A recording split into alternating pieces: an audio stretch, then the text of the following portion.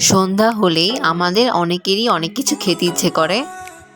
বাসায় যদি ৪ জন সদস্য থাকে, ৪ জনের ৪ ধরনের জিনিস খেতে ইচ্ছে করে। তখন যদি বাহিরে থেকে ৪ ধরনের জিনিস আনি, কতগুলো টাকা খরচ হয়। প্রতিদিন তো বাহিরে থেকে আনা সম্ভব নয়। তখন ঘরে থাকা উপকরণ দিয়েই বাসায় খুব সহজ উপায়ে মোগলাই বানিয়ে নিতে পারেন স্বাস্থ্যকর উপায়ে। আমি জানি আপনারা অনেকেই বলবেন, বাসায় কেন অয়েলি জিনিস বানিয়ে খাবো, তৈলাক্ত খাবার তো স্বাস্থ্যের জন্য অনেক ক্ষতিকর। আমি বলছি না প্রতিদিন খেতে, আমি নিজেও তৈলাক্ত খাবার বেশি পছন্দ করি না। সন্ধ্যায় এইরকম মোগলাই হলে খুবই তৃপ্তি করে সবাই মিলে খাওয়া যায়। বাইরে থেকে আনতে গেলে কেউ পায় কেউ পায় না। হঠাৎ করে মেহমান আসলেও ঝটপট বানিয়ে দেওয়া যায়। আমার আম্মু মোট 3টা মোগলাই বানিয়েছিল। বাসায় মেহমান ছিল, তাই একটু বেশি করেই বানিয়েছে।